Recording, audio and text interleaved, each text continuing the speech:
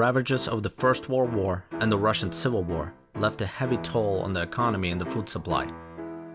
To help the recovery, Vladimir Lenin introduced a temporary measure called the New Economic Policy, or the NEP.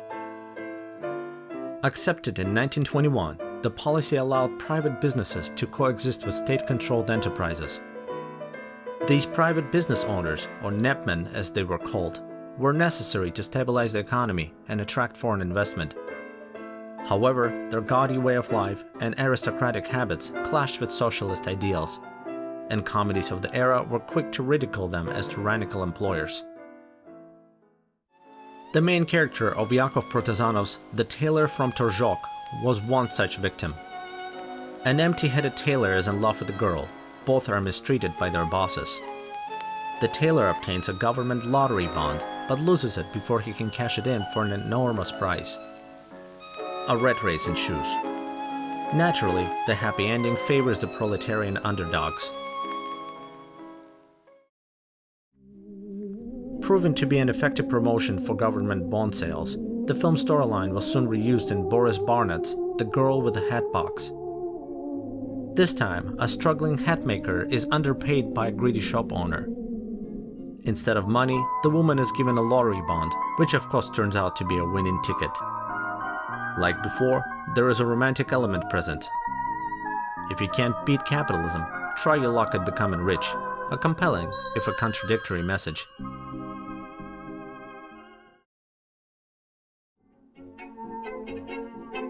The theme of an overbearing employer is also seen in Barnett's The House on Trubnaya.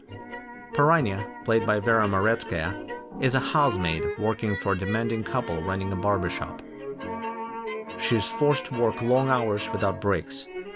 Her life changes dramatically when she joins a union and wins a local election, or so she thinks. With the union now backing her up, Paranya is protected from unjust labor, and her employers are in trouble. The pattern is clear. An oppressed worker is saved from a greedy entrepreneur by the virtues of the Soviet government. Is it propaganda? Sure. But it is also a glimpse into a different time, and a very entertaining one at that.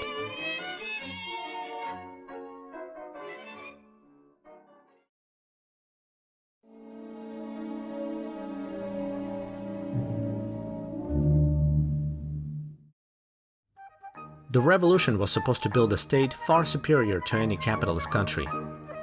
Satires of corrupt businessmen, zealous thieves, and affluent clergy set in foreign lands were common. In Protazanov's The 3 Million Trial, 3 thieves in a vague Western country race to cheat each other out of a hefty sum, a priest's payment for a mansion. Fortunately for them, the judicial system is not immune to corruption, and anything can be solved with a bit of money.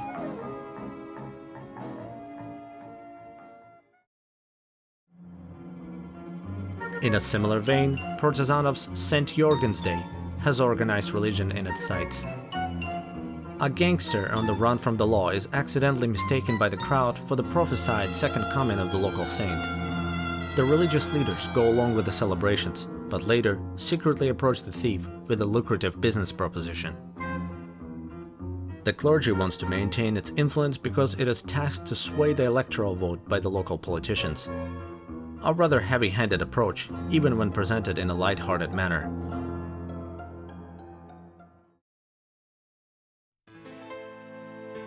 Classic Russian literature was rarely seen at the time as relevant to the new Soviet way of life, but not entirely. Grigory Kozintsev and Leonid Trauberg relied on socialist values in their adaptation of Nikolai Gogol's The Overcoat. As a lowly government clerk in the 19th century Russia, Akaki is treated with disrespect by his colleagues. After many years of working his meaningless job, he carefully saves enough money to fulfill his dream, a new overcoat. Instantly, his status skyrockets, and he is the star of his world. But for how long? The themes of equality, social standing, and human rights in Gogol's classic proved as applicable as ever.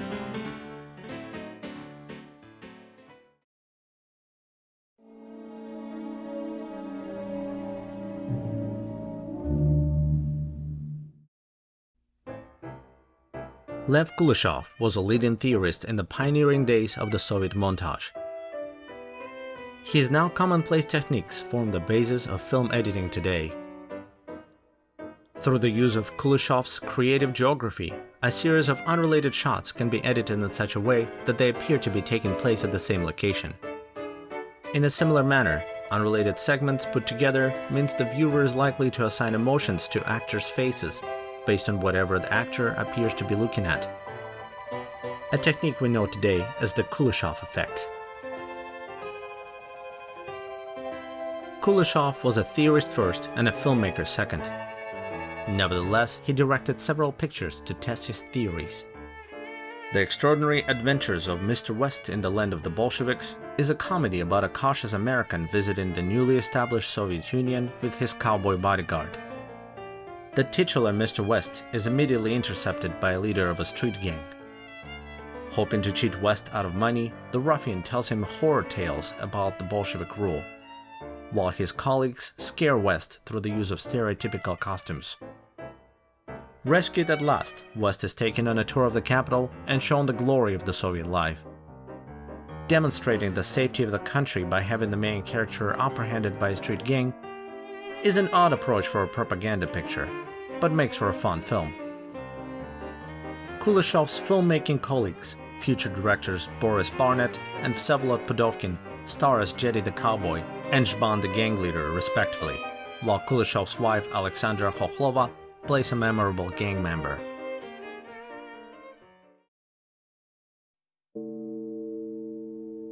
Kuleshov's techniques work just as well in a dramatic thriller.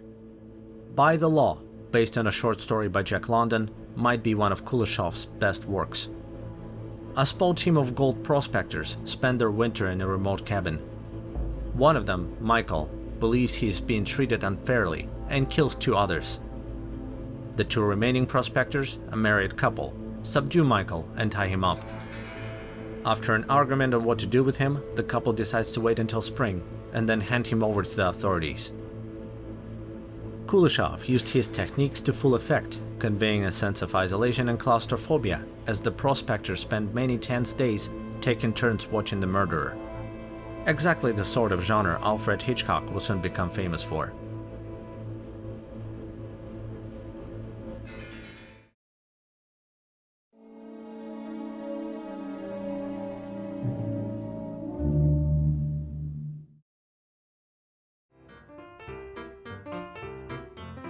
As many filmmakers celebrated the birth of a new nation, some experimented with themes devoid of politics. Directors Vsevolod Pudovkin and Nikolai Shpikovsky dedicated their 1925 short film Chess Fever to a pastime rapidly gaining popularity in the USSR. The comedy captured the competitive enthusiasm in which many of the future Soviet grandmasters were born. Even the world champion himself, José Raúl Capablanca, makes a cameo appearance a couple of years before he would lose his title to a Russian. The main character of the short, played by Vladimir Fogel, is an intelligent yet absent-minded young man, a Soviet comedic archetype several decades ahead of its time.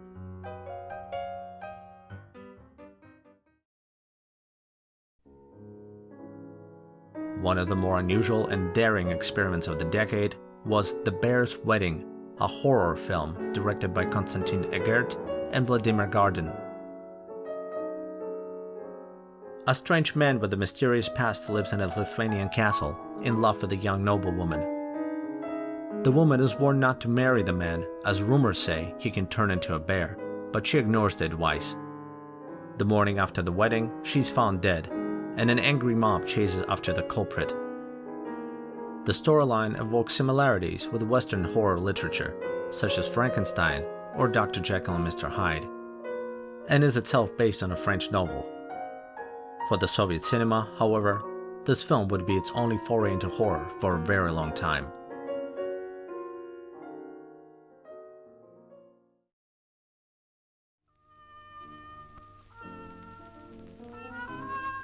A less referenced side effect of the experimental mood of the 1920s was a brief sexual revolution. According to the glass of water theory, an idea commonly promoted at the time, a sexual desire should be satisfied as easily and naturally as drinking a glass of water. In the same line of thought, Abram Rome filmed one of the most controversial films of the decade. Bed and Sofa, also known by its Russian title, The Third Meshchanskaya, also released as Ménage à Trois and other titles. A married couple lives in a meager basement apartment. The husband helps out an old friend by letting him stay with them. The wife begins an affair with a friend. When the husband finds out, he storms out at first, but eventually returns and goes along with it. The trio continues their delicate family arrangement until the wife finds out that she is pregnant and demands her two partners pay for the abortion. The film is made without extravagant camera trickery, and its three actors, Nikolai Batalov, Lyudmila Semyonova, and Vladimir Fogel, play their roles naturally. Themes of sexual freedom, polygamy, and abortion were not widely portrayed in media until many years later, and several foreign countries were reluctant to show the film. Nevertheless, this did not prevent Bed and Sofa from becoming a historical milestone in cinema as an early example of a feminist film.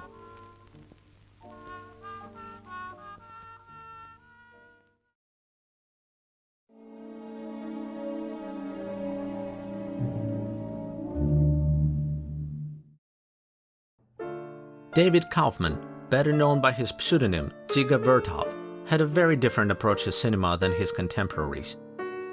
Vertov believed that film existed for one purpose only, to show life as is, a genre which would later be called the documentary. Together with his wife Yelizaveta Svilova and brother Mikhail Kaufman, he founded the Kinox, a community dedicated to documentary films. According to Kinox, fictional stories were a relic of the bourgeois past, as they distracted from the revolutionary achievements of ordinary people and could be used to influence public opinion, and therefore had no place in cinema. Kinoglas, or Cine-Eye, was Vertov's demonstration of his ideas. Not a traditional film, but rather a collection of several short documentary films, Cine-Eye spent the majority of the runtime following a group of the recently established Young Pioneers Youth Organization as they help citizens in need. Several unrelated scenes include an ambulance responding to a call, the first elephant in Moscow, a street magician, and an insane asylum.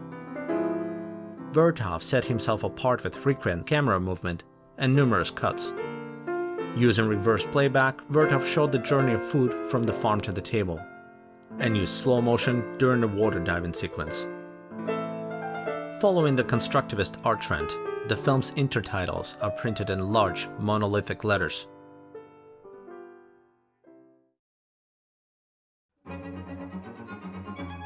However, Man with the Movie Camera, released at the end of the decade, would become Vertov's best-known film. Even during the wild experimental era of the Soviet 1920s, Vertov's new film was highly unusual. There was no plot, no actors, no characters, no chapters, and no intertitles. The viewer sees contemporary scenes through the lens of a camera, often positioned on moving platforms and unusual vantage points. The film is notable for a variety of avant-garde filming and editing techniques, unusual angles, sped-up or slowed footage, and rapid-fire jump cuts. Vertov's work was not acknowledged as anything special during its release, but over the years it would influence countless filmmakers, with many referring to the film as a masterpiece.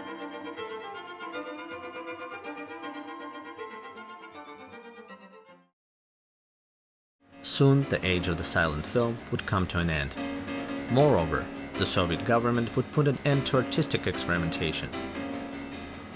The government-mandated shift to socialist realism in the 1930s meant that many of the previous avant-garde works would be banned, and their gifted creators would have to adapt to a new and narrow definition of acceptable art.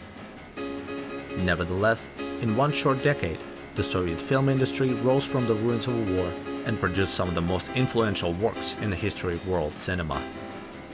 From Eisenstein to Pudovkin, from Dovzhenko to Kuleshov, from Protazanov to Vertov, no film student graduates without knowledge of the Soviet masters.